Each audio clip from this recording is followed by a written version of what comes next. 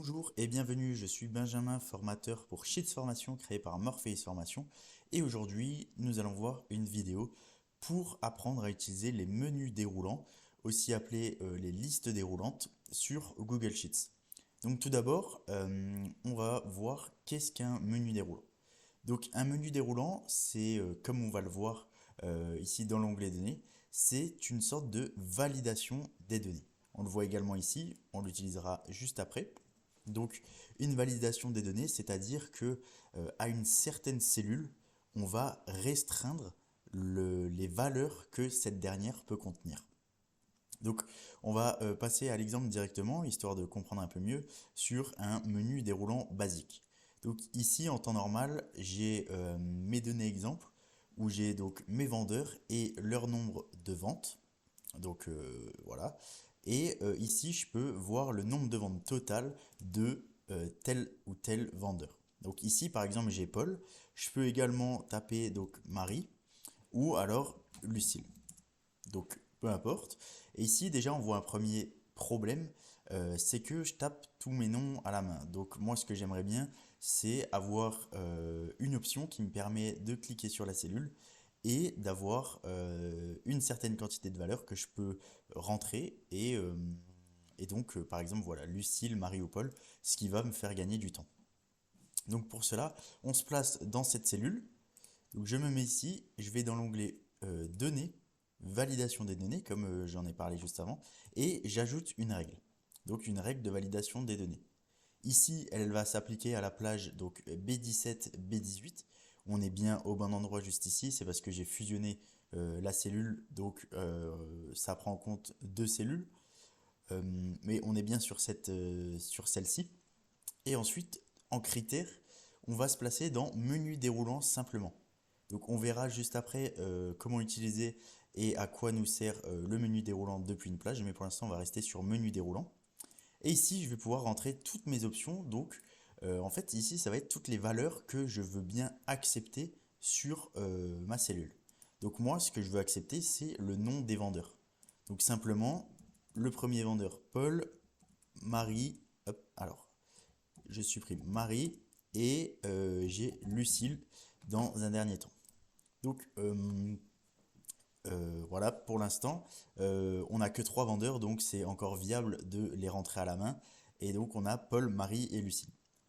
Donc je mets OK et ici j'ai mon menu déroulant qui s'affiche ici, comme vous le voyez, sous cette forme. Et je peux cliquer et ici sélectionner Paul, Marie ou Lucille. Donc juste ici, Lucille 58 comme avant, Marie ou encore Paul. Donc ici, comme je le disais avant, c'est beaucoup plus simple parce que voilà, on a directement accès aux trois prénoms et c'est beaucoup plus rapide que de noter les prénoms à la main. Donc un autre aspect de la validation de données quant au menu déroulant, ça va être la gestion des erreurs, ou en tout cas des incompatibilités, euh, c'est-à-dire les non-respects des règles de validation. Donc par exemple ici, je vais vouloir voir le nombre de ventes totales de William. J'entre et ici, Google Sheet m'explique très bien qu'on a un petit problème, que les données que j'ai saisies dans cette cellule ne respectent pas la règle de validation. Et il m'indique même quelle valeur dans cette cellule respecterait les validations. Et donc on voit qu'on a Paul, Marie ou Lucille. Mais William n'est pas dans cet aspect, dans cette règle. Enfin, en tout cas, il ne respecte pas cette règle. Pardon. Donc, je reviens pour ma règle de validation des données. Donc ici, j'ai encore l'onglet. Si vous avez perdu l'onglet, comme ici, vous allez simplement dans l'onglet données, validation des données. Et ici, vous avez toutes les règles de validation des données de votre feuille. Donc, je clique. Et ici, si je veux William, je vais ajouter un autre élément. Je clique sur William. Et donc, voilà. Au niveau de la gestion des non-respects des règles, vous pouvez aller dans les options avancées, juste ici, et vous pouvez par exemple cocher afficher un message de validation personnalisé. Donc je vais mettre par exemple test ici pour qu'on voit bien ce que ça fasse. Je laisse ça juste ici, on va voir juste après à quoi ça sert.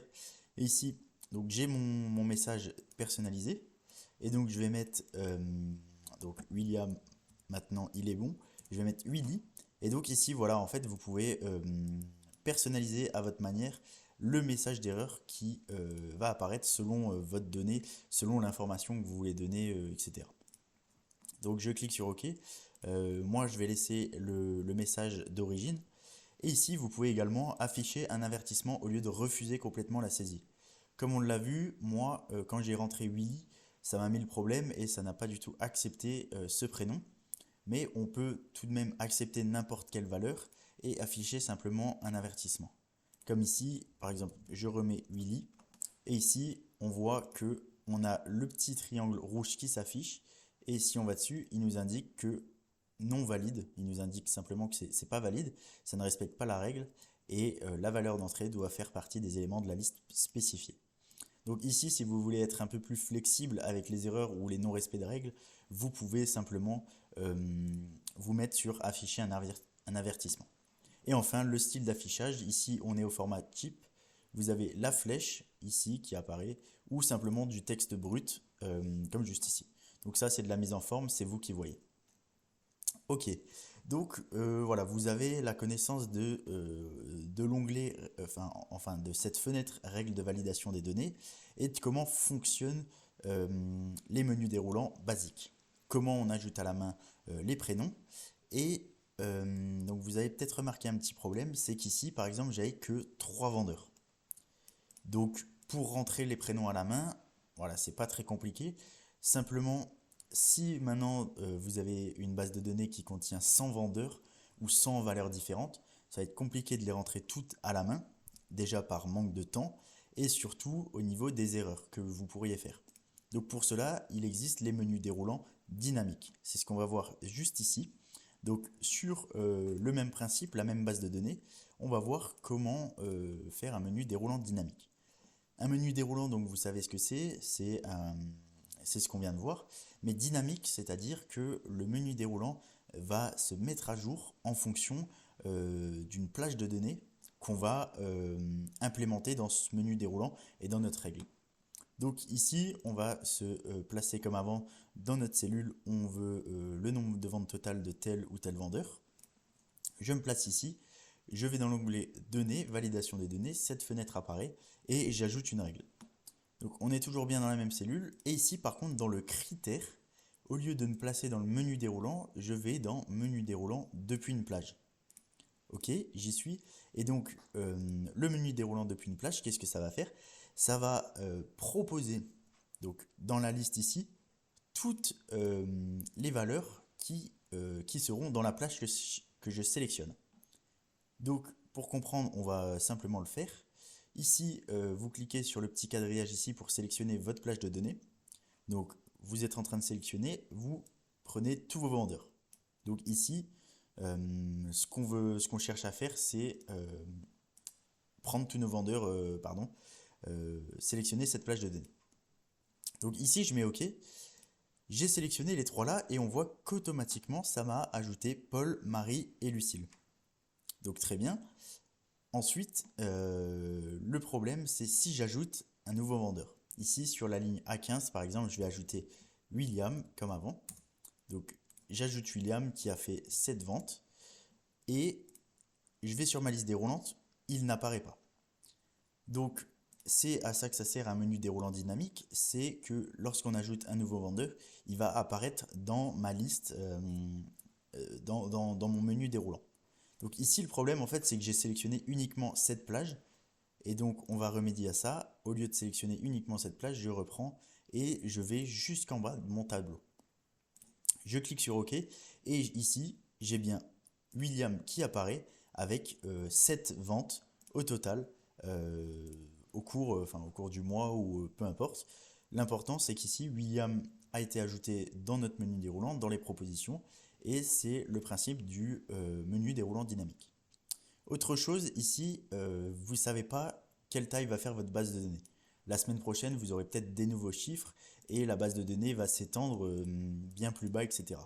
Donc là, un problème, si vous avez un nouveau nom qui s'ajoute, donc par exemple ici en dehors de votre tableau, en dehors de la sélection que vous avez fait précédemment, donc jusqu'à A16 ici, si je rajoute un nouveau nom, donc Lise par exemple, qui a fait 10 ventes, ici je ne vais pas l'avoir dans ma liste. Donc ici, vous pouvez remédier ce problème en mettant votre base de données sous forme de tableau. Donc pour cela, vous sélectionnez votre tableau de données et vous faites un clic droit et convertir en tableau. Ici, donc, vous allez créer un tableau dans votre feuille Excel et ce que vous allez pouvoir faire, c'est sélectionner complètement toute une colonne du tableau. Donc lorsque vous allez agrandir votre tableau, ici, Sheets il va le prendre en compte. Il sait qu'ici c'est toujours le tableau et donc vous allez pouvoir mettre à jour vos listes, vos menus déroulants, peu importe la taille de votre tableau. Ici, je reprends ma règle, je sélectionne la colonne vendeur de mon tableau 1. C'est ce qu'on voit ici, le nom du tableau c'est tableau 1 et je prends ma colonne vendeur. Ici, dans ma fonction, je vais modifier la somme. Donc sur la plage, ici, qui est tableau 1 vendeur. Et juste ici, la somme qui va être faite sur, hop, mince. Hop, je reprends sur la colonne vente du tableau 1. Je mets OK. Et ici, peu importe en fait la plage que j'ai sélectionnée, puisque finalement j'ai sélectionné désormais la colonne vendeur du tableau 1. Donc peu importe la taille de mon tableau, ça va me prendre en compte tous les noms. Donc ici par exemple Sarah 17 ventes, Lise 13 ventes. Et ici en fait ça prend directement Lise, Sarah, William, tout ce que je rajoute. Et vous pouvez augmenter la taille de votre tableau à l'infini pour avoir toujours plus de vendeurs. Et ce menu déroulant dynamique se mettra à jour automatiquement, d'où son nom. Donc voilà pour les menus déroulants dynamiques et comment les utiliser. Ensuite, on peut passer aux menus déroulants à choix multiples. Donc les menus déroulants à choix multiples, précédemment, nous, quand on sélectionnait le menu déroulant, on pouvait prendre uniquement, par exemple, Paul. On ne peut pas prendre le nombre de ventes totales de Paul et de Marie, par exemple. Le menu déroulant à choix multiples, lui, il va nous permettre de mettre plusieurs valeurs dans notre cellule. Par exemple, dans collaborateur, ici, dans l'autre exemple, je vais pouvoir mettre Paul et Marie. Donc très bien. Pour faire cela, j'enlève cette fenêtre. Ici, on a un nouvel exemple avec les prénoms de tous les employés, par exemple, et différents projets de la boîte qui sont en cours. Donc exemple très simplifié. Et on a tous les collaborateurs qui vont être mis en place. Ici, comme vous le voyez, hein, c'est pas des cellules qui sont amenées à recevoir qu'une seule valeur. On va vouloir plusieurs valeurs. Donc pour cela, on va aller dans Données, Validation des données. Je sélectionne toutes mes cellules qui sont amenées à recevoir la règle de validation des données. J'ajoute une règle et ici, on va mettre menu déroulant depuis une plage, comme on l'a vu avant, afin qu'on puisse mettre à jour directement cette dernière et avoir toutes les valeurs voilà, qui sont mises à jour automatiquement. Et ici, simplement, ce que vous allez faire, c'est autoriser les sélections multiples. Donc vous avez juste une case à cocher, je mets OK. Et ici, par exemple, je peux sélectionner Paul, Julia et Pauline pour le projet A. Pour le projet C, je peux prendre Paul, William et Julia, etc., etc. Et donc ça vous permet simplement de faire toujours une validation des données euh, tout en pouvant sélectionner plusieurs prénoms. Ici, si je mets Willy par exemple, je clique sur OK et ici, on nous remet l'avertissement, enfin le refus d'entrer la donnée lorsque j'entre un des noms qui n'est pas dans la liste. Donc c'est très bien, finalement, ça respecte tout ce qu'on a vu avant, sauf que maintenant, on peut sélectionner plusieurs prénoms à la fois. Donc voilà, ça a son utilité, et ça a encore plus d'utilité quand on sait qu'on peut utiliser quelques fonctions avec ça. Par exemple, avec la fonction filter. Si je veux voir à quel projet est assigné Paul, alors je vais utiliser ma fonction filter, où je vais donc renvoyer la plage ici. La plage que je veux renvoyer, c'est celle-ci. Point virgule. Et la condition ici, ça va être que Paul soit par exemple dans les cellules ici. Donc ici, ça va être D5 à D8.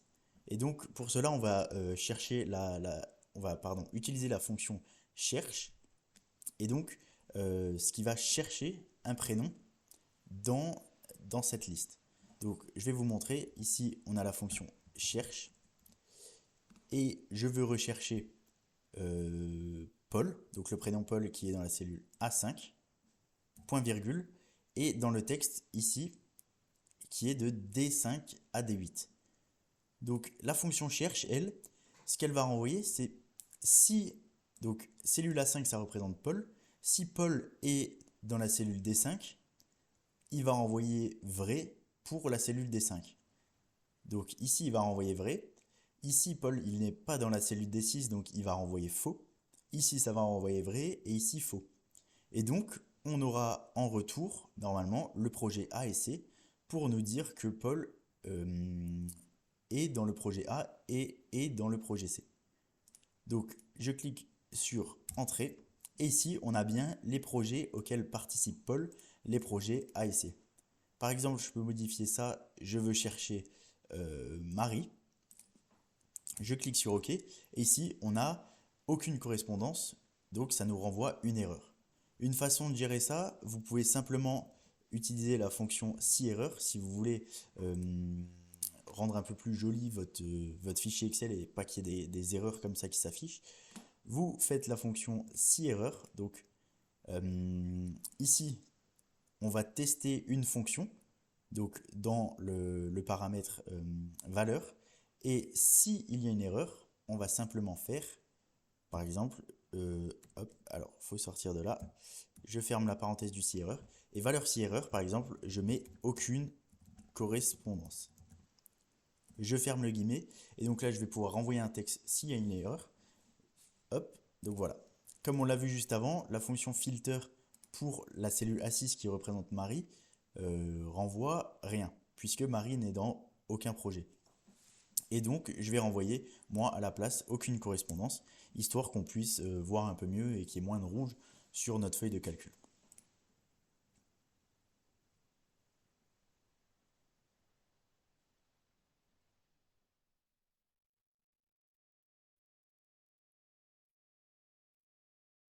Autrement, autrement, ce qu'on peut faire, donc autrement, ce qu'on peut faire, autrement, ce que vous pouvez utiliser, c'est si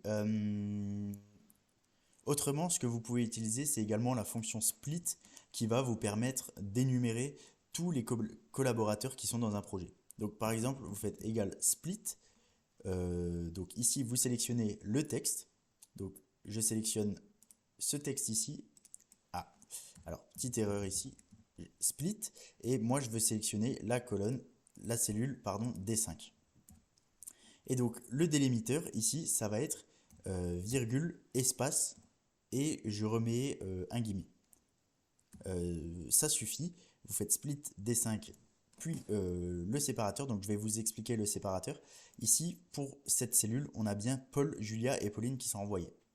Simplement, la fonction split, c'est très simple, hein. Le délimiteur ici, virgule, espace, ça vient du fait que lorsque vous allez dans la colonne D5, ici, vous avez simplement le texte qui s'affiche sous la forme Paul, virgule, espace, Julia, virgule, espace, Pauline. Donc, faut pas bugger sur cette fonction. Simplement, peu importe. Si vous utilisez ça sur votre fichier, vous aurez le même délimiteur. Mais si jamais vous utilisez la fonction split sur d'autres types de données, vous avez juste à changer le délimiteur ici selon le type de données. Mais ici, pour les menus déroulants à choix multiples, c'est simplement virgule et espace, du fait, comme je l'ai dit, que ici, dans notre menu déroulant à choix multiples, il nous renvoie ces données sous cette forme.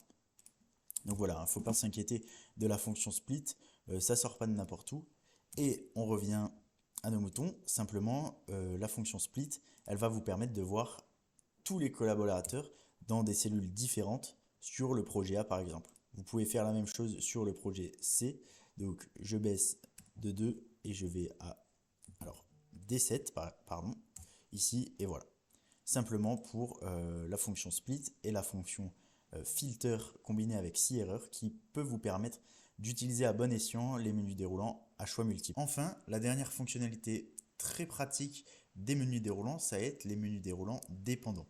Donc, le menu déroulant dépendant, qu'est-ce que c'est? C'est un menu déroulant dont les valeurs proposées, les valeurs validées par ce menu déroulant, vont dépendre d'autres valeurs. Donc dit comme ça peut paraître très opaque. Donc on va voir directement un exemple avec cette nouvelle base de données. Donc ici j'ai 3 colonnes et une dizaine de lignes, enfin plusieurs dizaines de lignes, pardon, avec le domaine, le sous-domaine et le nom de la formation. Par exemple, ici, la formation Introduction à l'IA provient du domaine intelligence artificielle qui, elle, est sous le domaine informatique. Donc, on va faire ce qu'on sait faire de mieux, c'est un menu déroulant dynamique qui dépend d'une plage. Ici, je l'applique à la fonction aux cellules de H5 à H22 et je prends la plage du domaine, donc ici, je clique sur OK. Et juste avant, je vous parlais de, par exemple, si ma base de données va s'agrandir, je vous parlais de faire un tableau. Autre chose qui peut être plus simple et dont on va se servir pour l'exemple du menu déroulant dépendant, ça va être de simplement ici, au lieu de sélectionner votre plage de A5 à A43, ou alors de faire votre tableau, par exemple, mettre ça sous forme de tableau et de sélectionner la colonne domaine, ce que vous pouvez faire, c'est sélectionner donc de la cellule A5 et de mettre simplement ici juste 2 points A, ce qui va en fait sélectionner la cellule A5 jusqu'à la fin de la feuille Excel. Donc je vous conseille plutôt de vous mettre sous forme de tableau dès que vous le pouvez. Mais voilà, si vous ne pouvez pas ou vous préférez rester sous ce format-là, vous pouvez utiliser A5 jusqu'à 2 points A qui va sélectionner vraiment toutes vos données à partir de la cellule A5. Je mets OK et j'ai bien langue, informatique et comptabilité qui sont mes 3 domaines uniques que je retrouve dans ma base de données. Ici par exemple, je vais prendre langue, informatique, comptabilité, langue à nouveau par exemple. Et ici ce que j'aimerais moi, donc je vais le faire, ici je vais ajouter ma règle, le menu déroulant depuis une plage et je vais sélectionner mes sous-domaines. Hop, je mets OK. Et là, on voit qu'on m'affiche 9 sous-domaines. Donc, je suis dans les langues et on continue de m'afficher intelligence artificielle, par exemple, fiscalité, etc. Moi, ce que j'aimerais bien, c'est ici, j'ai mis en domaine langue. Donc, j'aimerais bien uniquement avoir à choisir entre français, espagnol et anglais, par exemple. Enfin, c'est pas par exemple, c'est tous les sous-domaines qui correspondent au domaine des langues. Mais on voit que c'est pas possible ici, ça me propose tout et donc voilà, j'ai une vision très faible sur ce que proposent vraiment les langues. Donc c'est à ça que ça sert les menus déroulants dépendants et on va voir comment faire juste ici. Donc ici je supprime ma règle, je laisse mes sous-domaines tranquilles pour l'instant et on va avoir une phase de préparation pour nous permettre cette étape. Donc ici, ce qu'on va faire déjà, c'est créer une nouvelle feuille que je vais nommer préparation. Et dans un premier temps, ici, je vais mettre en place toutes mes valeurs qui viennent d'ici. Donc, qui viennent de la colonne domaine. Donc, ici, ce que je peux faire, c'est au lieu de mettre un par un, donc informatique, etc., ce qu'on peut faire, c'est utiliser la fonction ArrayFormula. Hop, et je vais prendre donc ici ma plage de données de A5 jusqu'à A comme on l'a fait avant. Et donc voilà, ici j'ai tous mes domaines différents, pardon. Et j'en ai beaucoup trop là, hein. Franchement, ça manque de visibilité. Ce que je peux faire, c'est mettre unique array formula. Et donc ici, j'ai uniquement les 3 premiers, ce qui est beaucoup mieux à l'œil et pour la préparation de nos données. Arrivé à cette étape, ce qu'on va vouloir, c'est afficher nos sous-domaines. Donc ici, on a nos 3 grands domaines. Et ici, je vais vouloir afficher les sous-domaines qui sont, par exemple, liés à la langue. Donc pour cela, on va utiliser la fonction filter. Donc qu'on a déjà vu aujourd'hui dans cette vidéo. on va pouvoir la réutiliser. Et donc ici, ce que je veux renvoyer, moi, c'est les sous-domaines. Donc pour cette plage, hop, je me place juste ici, je vais renvoyer tous les sous-domaines. Donc je vais dans ma base de données. Alors, ça ne m'a pas sélectionné ici. Hop, je prends ma plage et je vais prendre tous mes sous-domaines. Voilà, je sélectionne. Je vais pas m'arrêter à B43, mais je vais mettre voilà, B5B pour que si je rallonge ma base de données, simplement tout soit pris en compte. Hop, et la condition, en fait, ça va être que donc c'est le cœur même de la fonction filter. En fait, je vais renvoyer une plage sous certaines conditions. Et donc, je renvoie mes sous-domaines sous la condition que cette plage ici, donc de A5 jusqu'à tout en bas, soit égale à, je reviens sur mon fichier de préparation, à juste ici, mon domaine, donc la langue pour ici. Je clique sur Entrée, et ici, on voit bien que ça me renvoie donc toutes les cellules ici dans la colonne sous-domaine, où il y a langue en domaine. Donc voilà, français, espagnol, etc. J'ai bien ici français, espagnol, anglais. Alors, ici, on a plusieurs problèmes pour la préparation de nos données et pour pouvoir justement faire ce menu déroulant dépendant. Tout d'abord, c'est qu'on a plusieurs fois les mêmes noms, les mêmes cours. Ça ne nous intéresse pas, un seul nous suffit, comme juste ici, comme ce qu'on a fait avant. Donc, comme on a fait avant, pardon, on va utiliser la fonction unique. Hop, on ferme la parenthèse. Et ici, on a français, espagnol, anglais. D'autre part, nous, ce qu'on aimerait bien, c'est que français, espagnol, anglais soient bien face aux langues et qu'on puisse faire la même chose avec informatique et comptabilité. Pardon. Donc ici, ce que je peux faire, c'est la transposer de ma formule. Hop, je clique sur Entrée et on voit bien que les sous-domaines s'affichent en ligne. Enfin, ce qu'on aimerait bien, c'est faire ça pour tous nos grands domaines. Donc pour cela, on va utiliser une fonction un petit peu plus compliquée qui s'appelle Bairo. Donc Bairo, elle va prendre en valeur un genre de X. Donc ici, ça va être notre tableau ou plage. Et notre lambda, ça va être une fonction qui va être appliquée finalement à toutes les lignes, donc par ligne, selon notre tableau ou notre plage, comme il le dit ici, qu'on aura sélectionné. Donc je vais vous expliquer ça quand la fonction sera terminée. Donc by row, je sélectionne mon tableau, ma plage A1 à A. Ici, si jamais si on rajoute des domaines, histoire que tout soit pris, point virgule, et ma fonction lambda, hop, je crée ma fonction personnalisée comme c'est écrit ici. Donc avec pour argument x, et ici, ça sera ma formule. Alors attention, il ne faut surtout pas oublier ici de changer le x. Le x, ça va prendre la place de A1. Ici, je mets égal à x. Donc voilà. Je peux entrer ma formule. Hop, et ça me met bien en place tous mes sous-domaines associés à mes grands domaines. Donc je vais vous réexpliquer la formule maintenant qu'elle est finie, que ce soit un petit peu plus clair. Ici, on a dans un premier temps notre fonction filter qui nous permet d'avoir nos sous-domaines associés aux domaines qui sont dans la colonne A ici. Ensuite, on utilise la fonction unique afin de renvoyer les sous-domaines une seule fois. La transposer nous permet de mettre tous les sous-domaines en ligne, bien face à face de nos domaines.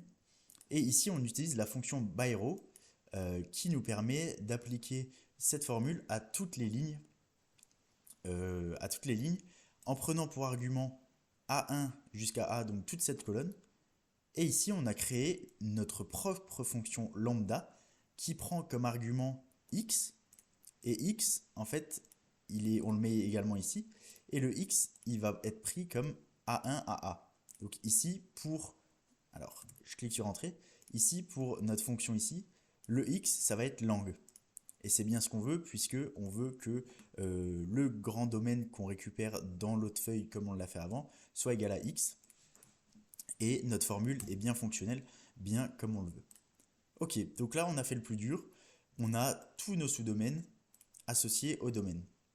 je peux revenir par ici, aller dans sous-domaine, je sélectionne toute cette colonne, j'ajoute une règle, on fait un menu déroulant depuis une plage, et là, je vais sélectionner une plage de données, je pars sur mon fichier où j'ai préparé ces données, et ici, je récupère tout ça.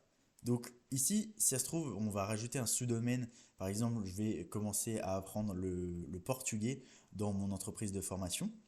Et donc, on aura un sous-domaine qui est ajouté. Je ne peux pas me restreindre à prendre B1 à D1.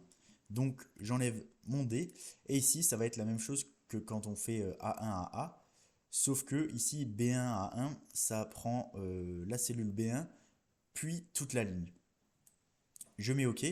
Attention, j'oublie pas de mettre égal. Je clique sur OK. Et ici, j'ai mon menu déroulant qui apparaît avec, bien évidemment, les langues. Je clique tout sur OK, hop, je ferme ça. Et ici, on voit que dans le sous-domaine, on a bien uniquement français, espagnol et anglais qui s'affichent pour les langues. Ici, pour l'informatique, on a uniquement intelligence artificielle, cyber et développement web. Hop. Comptabilité, même chose, audit, fiscalité, comptabilité générale. Et enfin, on revient à langue. Et alors, j'ai un petit problème ici, c'est que, alors me revoilà, j'ai simplement fait une petite erreur d'inattention ici. Il ne faut pas mettre les valeurs en unique ici, et il faut sélectionner directement notre menu déroulant. Donc, hop, je viens ici et je sélectionne directement ma plage où je prends en fait mes domaines. Donc ici, de H5 à H, je mets OK. Et ici, on a bien tous les domaines qui s'affichent que j'ai sélectionnés ici dans mon menu déroulant dépendant. Et l'erreur que j'avais faite, en fait, j'ai fait une erreur d'inattention au début, c'est que moi, j'avais fait ma formule ici, j'avais sélectionné directement dans ce tableau-ci. Et non pas dans mon nouveau tableau où je veux mon menu déroulant dépendant. Donc, simplement, il n'y a pas grand-chose à changer. Déjà, vous enlevez votre fonction unique ici et vous sélectionnez bien là où vous voulez avoir votre menu déroulant dépendant.